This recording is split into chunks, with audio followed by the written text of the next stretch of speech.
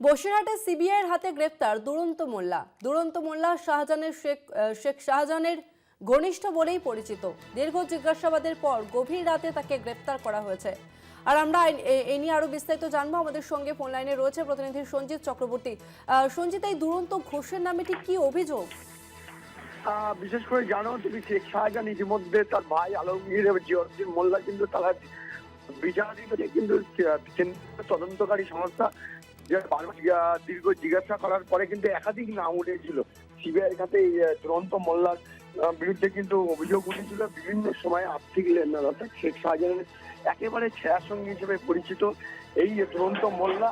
এবং তাকে কিন্তু সিবিআই এর আগেই তার নাম ছিল, কিন্তু দীর্ঘদিন ধরে তাকে নজরে রেখেছিল। গতকালকে রাত্রে অর্থাৎ ন্যায়াট এলাকার সরবেরিয়া এলাকা থেকে সেই তার বাড়ি থেকে এই দুরন্ত মোল্লাকে প্রথমে আটক করে। দীর্ঘ জেরার পর, অর্থাৎ সেই জেরায় অসঙ্গতি পায়, তার বিরুদ্ধে অসামাজিক কাজ এবং বিভিন্ন আর্থিক লেনদেনের বেনিয়ম পেয়েছে, যার কারণে তাকে ইতিমধ্যে সিবিআই গ্রেপ্তার করেছে এবং তাকে কদিনে হেফাজতে নেয় সেটা এখন সময়ের সঙ্গে জানা যাবে। ইতিমধ্যে এই ঘটনার জেরে কিন্তু নতুন করে যে সন্দেশখালীতে শাহজাহান ঘনিষ্ঠ এই দুরন্ত মোল্লার গ্রেপ্তারের ঘটনায় চাঞ্চল্য ছড়িয়েছে। ইতিমধ্যে এই দুরন্ত মোল্লা কিন্তু একাধিকবার শেখ শাহজাহানের সঙ্গে দেখা গেছে, বিভিন্ন সময় তার একেবারে কাছে থাকতো দিবারাত্রে এবং সেই ছায়াসঙ্গী বিশেষ করে বিভিন্ন সময় শাহজাহানের বিভিন্ন দিকে তার সঙ্গে যেত। এর পিছনে এই যে দুরন্ত মোল্লাকে তদন্তকারীরা মনে করছে তাকে হেফাজতে নিয়ে জেরা করলে নতুন কোনো তথ্য পাওয়া যায় কিনা সেটাও খতিয়ে দেখবে।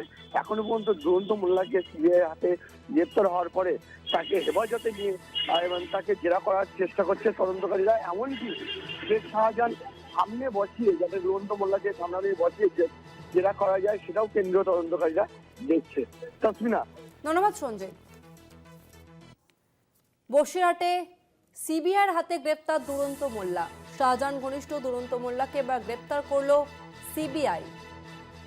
অসামাজিক কাজকর্মের সঙ্গে যুক্ত ছিলেন এই দুরন্ত মোল্লা, এমনটাই অভিযোগ তার বিরুদ্ধে। জিজ্ঞাসাবাদের পর গভীর রাতে গ্রেপ্তার করা হয়েছে।